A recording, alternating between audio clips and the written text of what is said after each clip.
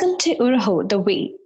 So, we have our esteemed guest with us, Mr. John Matthew, an entrepreneur and an SAP consultant, the author of the book The Genocide of Syrian Christians in the Ottoman Turk Empire and Split in the Mallinckrodt Church.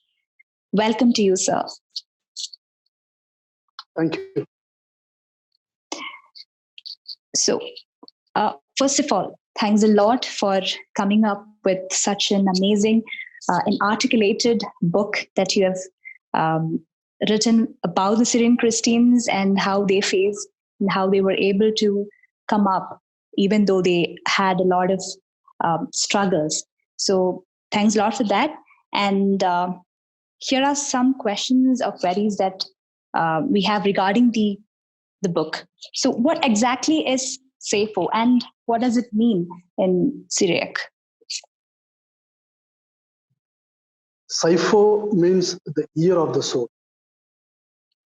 So, during the First World War in 1950, Syrian Christians faced the most cruel deeds from the Kurdish tribesmen in the southeastern Turkey, resulted in the killing of almost 300,000 Syrian Christians in 1915 and in the later years. When I hear the term SAFO, it's actually about the genocide that happened during 1915. What exactly happened during that time and how did it impact on the Syrian Christians? So the build-up was already there for the SAFO in 1950. The entire Syrian Christians were living in the southeastern Anatolia for more than 5 centuries. So in 1876, the Sultan Abdul Hamid II took over the empire. And during his tenure, he faced the toughest military campaigns from Western powers like Britain and France. At the same time, he started facing the Russian army at the eastern border. In 1877-78, Turkish Ottoman Turkey lost a huge territory in the east to Russia. Almost the same time, they lost a huge territory of Greek territory in the west to the Western power. This forced Sultan to implement a pan-Islamic ideology. And what they did that they authorized irregular Kurdish forces known as Hamidiya Regiment. And they started giving them arms and training also. Earlier, till the mid-19th century, the Ottomans were not in good terms with Kurdish tribesmen. So, what happened that the Armenian Orthodox community was already supporting the Russian army. And the Church of East, known as the Nestorian Church, was also sympathizes to the Russian army. On the contrary, Syrian Orthodox community was neither supporting West or Russians. Unfortunately, what happened that the Kurdish tribesmen started attacking all the Christian denominations in the southeast Turkey. This triggered a violence in 1895. The Armenian nationalists attacked the Ottoman Bank in Istanbul. Then the related violence in Diyarbakir resulted in the killing of more than 28,000 Christians, including Armenians and Syrian Orthodox. Then the Patriarch of Antioch was Ignatius Abdul Messiah II, an young patriarch who covered hardly a couple of months prior to this riots. And the Metropolitan of Diyarbakir was More Gregorius Abdullah, who was a later patriarch. During the riots in Diyarbakir, the Metropolitan Gregorius Abdullah signed a complaint against the Ottoman governor of Diyarbakir. So, Ottoman governor ordered his arrest, and due to that, the More Gregorius Abdullah forced to take asylum at the French consulate. And the violence and the aftermath incident led to the deposition of Patriarch Abdul Messiah II, and eventually he was replaced by More Gregorius Abdullah in 1906. At the same time, there was violence in Edessa region, resulted in the killing of more than 13,000 Christians, including Armenians and Syrian Orthodox. So, even though the situation became normal by 1908, the Sultan started losing his control over the empire to young Turks, the young army officers known as Young Turks, under the leadership of Enver Pasha. They started taking the control of the Sultanate. The First World War was in the corner, and Ottoman Turkey was supporting Germany. So they were in direct conflict with Britain, France, and Russia. So at the same time, that young Turks realized that their empire is going to diminish to a Turkish-speaking territory. So they thought of creating a pure Turkish-speaking territory. For that, what they did, that they took these Kurdish tribes into their fold as a political strategy. The plan was to annihilate the Armenians because they were supporting Russians, and to deport Syrians or Assyrians as they were sympathizers to the Russian army. So this plan was in the mind, but the Young Turks were actually behaving as a secular nationalist. But by the time the First World War started, the Kurdish tribesmen started attacking Christian villages one by one in a very systematic way, with a single modus operandi that kill all the elders, take the young girls and ladies as captive, raise their kids, and occupy their property. So this build-up was already there, and the First World War was a good time to execute this plan. So that was a build-up, and that is how this all incidents happened during the First World War. Okay, so during your study, did you come across any stories that shook your heart? Because there was a lot of killing and brutality involved in the genocide. So have you come across any such story that impacted you and that made you trigger to write few of the aspects in your book? For the report submitted by more Severios Ephraim Borsov, the Metropolitan of Syria, the League of Nations conducted in Paris in 1920. Then the count was given as 96,000 Syrian Orthodox lost their life, under 62,000 people went missing. 156 churches and 14 monasteries were destroyed and razed to the ground. 154 priests, 5 episcopos, and 2 metropolitans were murdered. So this was a count given to the League of Nations at that point of time. But a lot of actual killings and loss of life came to light later on.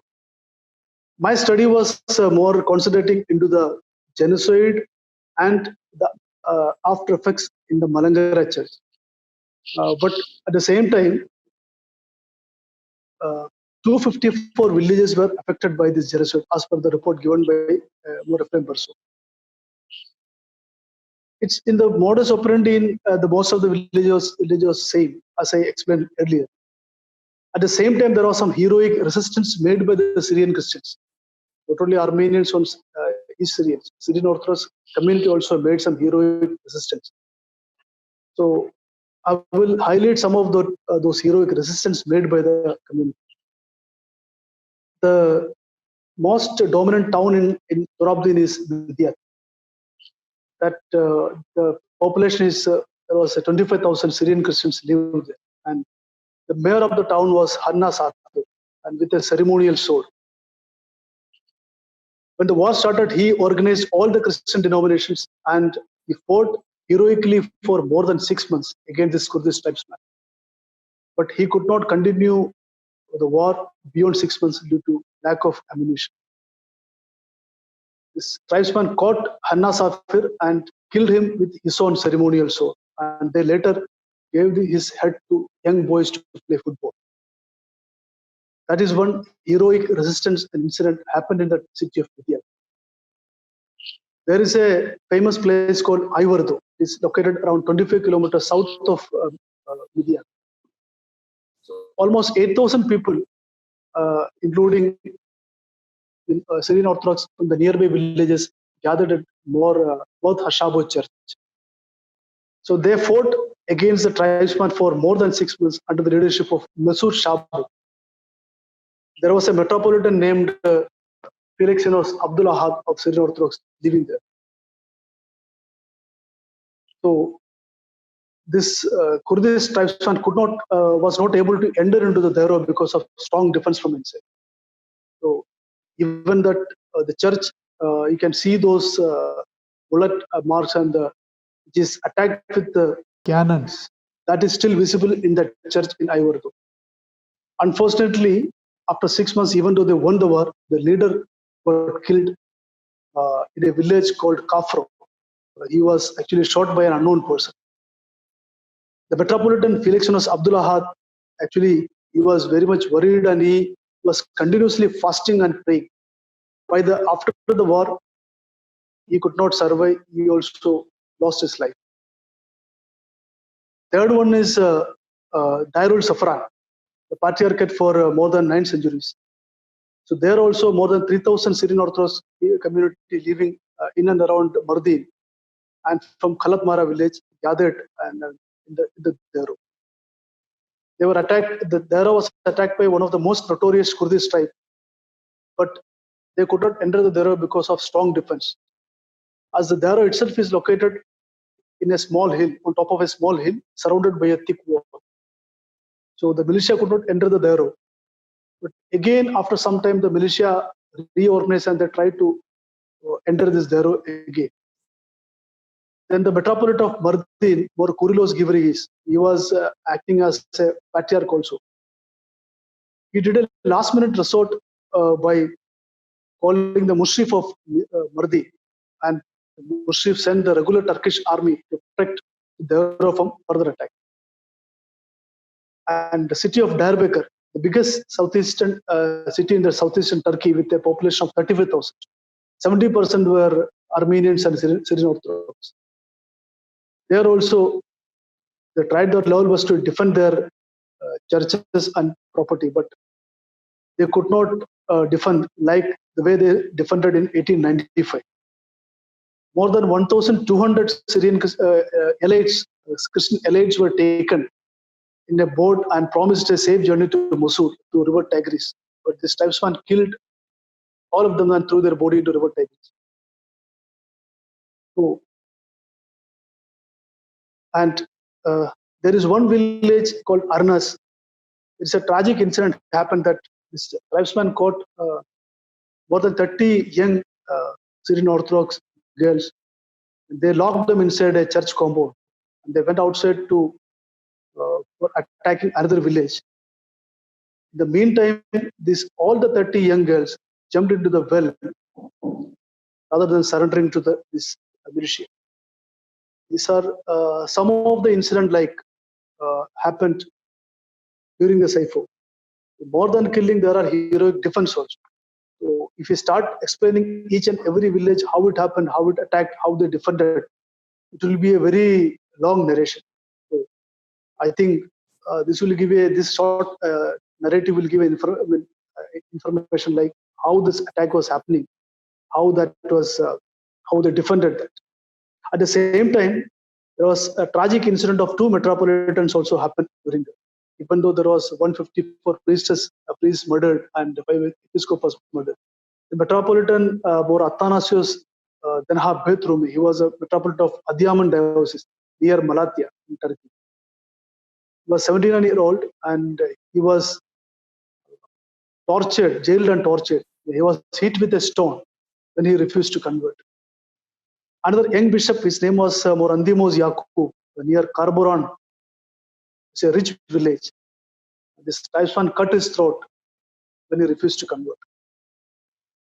In the diocese of Jazeera, they killed a couple of Syrian Orthodox priests. The Syrian Orthodox bishop was escaped to northern Turabdi, so they could not catch him. What they did to a Chaldean bishop that they made a cross design with bullet wound on his forehead. That was the kind of terror they executed on the Christian tribe in southeastern Turkey. I think this explanation will be enough to understand how this resistance happened, how this they executed this mass killings. Yeah, it did actually, because a lot of brutality, a lot of defense, and a lot of heroism. So it did. So was a big genocide, right? So, in a nutshell, can you say how actually it impacted on the Syrian Orthodox mission and vision, and what were the major impacts that happened after the genocide?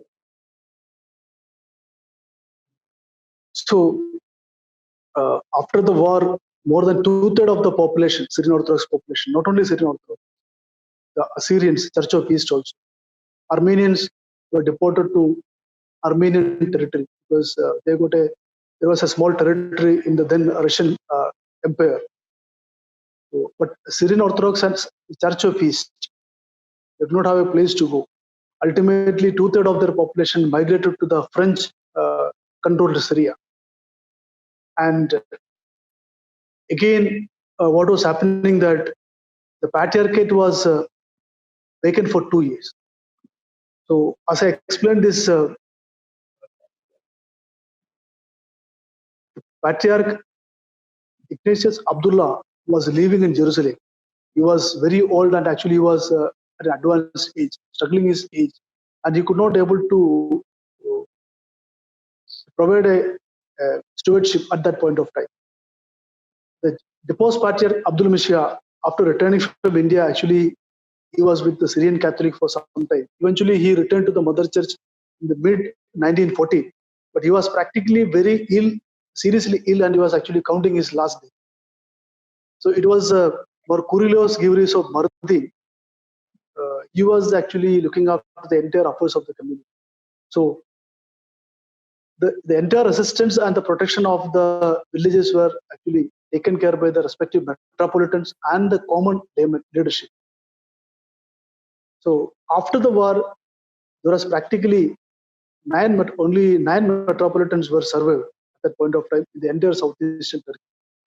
The patriarchate was vacant for 2 years. In only 1917, Patriarch Ignatius Elias III was assumed to the throne. By the time, more than two-thirds was migrated to Syria, southern part of Ottoman Empire. So it was like a total destruction. From that, there was no unified effort at the time of the war, at the time of the genocide. So all these things affected the church, and it took more than 10 years to reorganize the church in the southeastern Anatolia. So that was a big setback for the church as far as the church. We cannot say the growth, the survival is concerned. Okay, so as you mentioned earlier, you also emphasized on how this genocide impacted the Malankara Church and its growth. So, can you say, in the lines of what I said, how did this genocide impact on the development or growth of Malankara Church? And have you come across any historical documents that responded from the Malankara Church to their brothers and sisters in the Middle East? Have you got any information of that sort? So one of the reason which I took up this study is because when I started traveling to Southeast Turkey in 2006, I noticed a lot of huge monasteries, old monasteries dating back to 3rd century, 4th century, 5th century, and a lot of Syrian Orthodox villages also I visited. So it was a surprise to me that such a church with such a huge, big heritage, hereditary, or you can say such a good past, such a big history, and how it reduced to such a low in numbers in that region. So when I started analyzing this genocide from the mid 19th century, the first of this kind of attack happened in Turabdin during the Kurdish uprising under the warlord Badr Khan Bey. So at that time, more than 20,000 people killed, and the Mufriyan of Turabdin was also killed during that time. The patriarchate was the Mardin patriarchate. Darul Safran was on siege for more than 10 years, and the patriarch Yaqub II was living in Diyarbakir instead of in Mardi. Again in 1895-96, when the war happened in Diyarbakir, Patriarch Abdul Masih was the situation led Abdul Masih to be deposed from the throne, and again there was a leadership change. Again during the 1914-15, during the Saifo, there was a patriarch was vacant for more than 2 years. It's a strange coincidence that most of the split in Malankara Church happened during either during this war or genocide in southeastern Turkey. The first split with the Martoma Church, where the Malankara Metropolitan Matthews Athanasius was ordained in Mardin in 1843. After that, the situation in the southeastern Turkey was very bad due to the attack by the Kurdish tribes under the leadership of Badr Khan Bey. So till 1864, 1860s, you can say by beginning of 1860s, the situation was very bad, and the patriarchate was not involved in much of the activity, except the fact that Joachim or Kyrillos was living in Malankara. So only in 1864, the Pulikkottil Dionysius Joseph II was ordained as a metropolitan in Diyarbakir, St. Mary's Church, by the Patriarch Yaqub II. Again, after that, after 1876, the Patriarch Ignatius Peter III visited Malankara and ordained 6 metropolitan. So there was a continuous gap of ordination to Malankara. That is because from 1895-96, the situation of the Patriarchate was poor because of the violence in Diyarbakir, where Gregorius Abdullah was to take refuge at French consulate. After the violence and the aftermath incidents was that the Patriarch Abdul Masih had to be deposed from the throne. Again, that change was there. So only in 1908, they could ordain 2 metropolitans for Malankara. So by the time, in the late 19th century, the split with Martoma Church has already happened. Again in 1914-15, after this Saifo, the situation was very bad in that territory, and Patriarch Elias III was not able to look into the affairs of the Malankara Church. So after 1924, again the Patriarch Elias III was on the move. There was a war between Turkish military and the Kurdish tribes in the southeastern Turkey. One more metropolitan died during that incident. That is More Severius Samuel of More Malki. He was 78-year-old metropolitan. He was actually escaping from the More Malki monastery in the cold winter. He died during the cold winter. One more metropolitan named More Julius Ibrahim of Nasibis. He was tortured by the militia. Patriarch Elias III was very much upset about this incident, and that affected his health also. So the peace initiative which started in Malankara could not materialize till 1932, as the Patriarch was already on a move because of the violence and war in southeastern Turkey. So 4 incidents of violence started in 1844 to 1850 or 1860 during the Badr Khan Bey. Again 1895 to 97 during the violence in Diyarbakir. Again during the First World War, that is during Saifo. Again on 1924 to 1928 during the Kurdish uprising. All those incidents, the major split in Malankara Church happened at this time, during this time. So there is a strange coincidence, even though the split in the Malankara Church is not directly connected to these incidents in southeast Turkey, but there is a coincidence and there is some relation with this incident. But at the same time, the Malankara Church was not directly responding to any of the incident happened in the southeastern Turkey, because they have people from the southeastern Turkey, especially Syrian Orthodox, Syrian Christians, have a very peculiar mentality that they will not disclose their troubles or the problem to other people. So they always try to avoid discussing these points. And it is not like as we started explaining what will happen in our life. It is we are actually very talkative in that, but they are not interested to talk all this subject because it's a bad past for them, and especially they don't want to take any sympathy from other people. What happened to their community in those days? So that is why these things were not a topic of discussion in Malangara. At least for some years now, a lot of documents started getting started available now. So people started reading all those documents. So When we go back to the genocide, do you have any?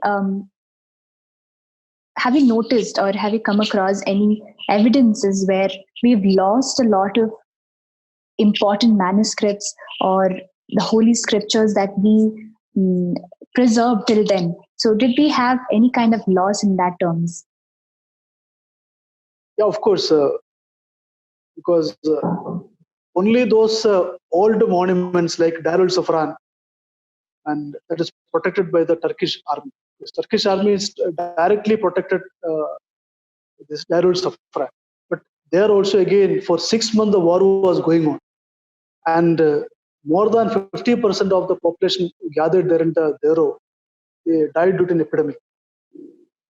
So for 6 months, all those people, more than 3,000, stay living in this monastery. So we cannot. It's not sure that how much of the document they were able to preserve. Some of the document they moved into 40 Martyrs Church, like the patriarchal diary and all, which I saw those some of the documents in the 40 Martyrs Church in Mardi. At the same time, lot of documents kept at more Gabriel Dero. I think it lost.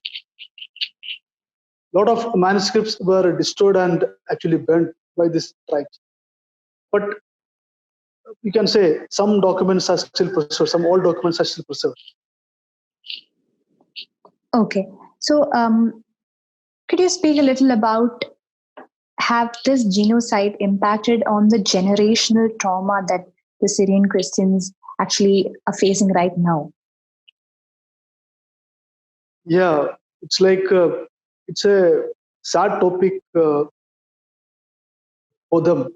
So as I said earlier, they are not so keen to discuss those topic once again. The moment we started talking about that topic, they become so gloomy and sad. Some youngsters may try to explain the things. I can just share one experience. When a couple of years ago, I was talking to a family. They are actually living in Netherlands. An old lady, more than 80 years, was sitting with us. Some youngsters who were able to speak English, I was talking to them and I was asking about the Saifo.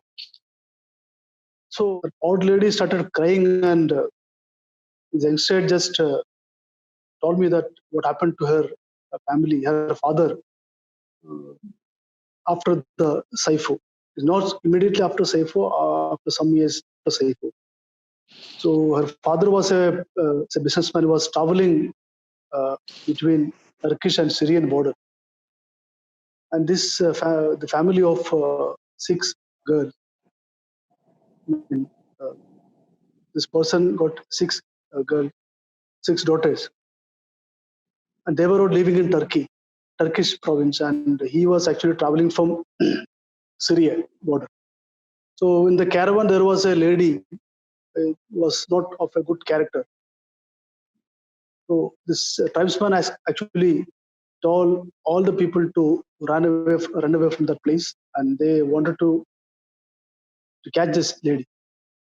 But this young man, he told that he will not allow them to catch anyone from the caravan, like this the group of people. So what they did that they killed this person immediately and took this lady.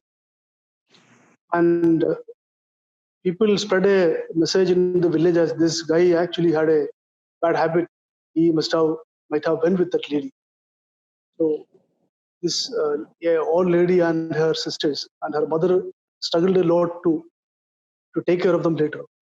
After 3 4 years, this lady who was with her father in that caravan. Somehow she got out of from this tribesman. They reached her house and told this story and what happened. That because of her, that her father lost his life.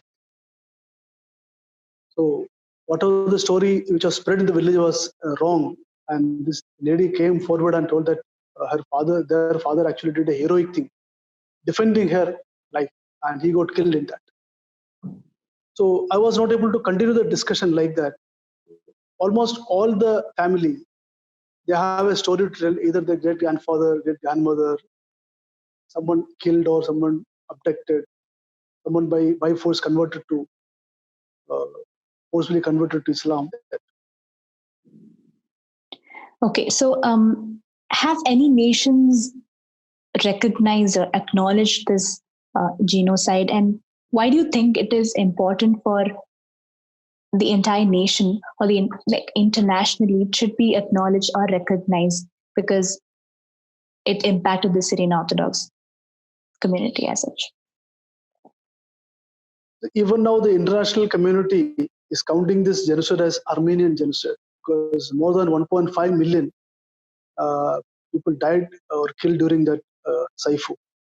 So the Western powers actually do not want to acknowledge this genocide of Syrian or Church of East, but they just ready to acknowledge the Armenian genocide. So if they are ready to acknowledge this genocide, Saifu, which including Syrian Christians, then at least they can get a minority status in the country which they're living. So now they do not have that right there. So there, my understanding that they're interested to, they're serious about getting a minority status. This acknowledgement may help them, may help to get that minority status in Turkey and other countries. Okay, so now we've come across all those events, and currently in 2020, what do you think are the right measures or steps that we have to take in order to stop this from happening further?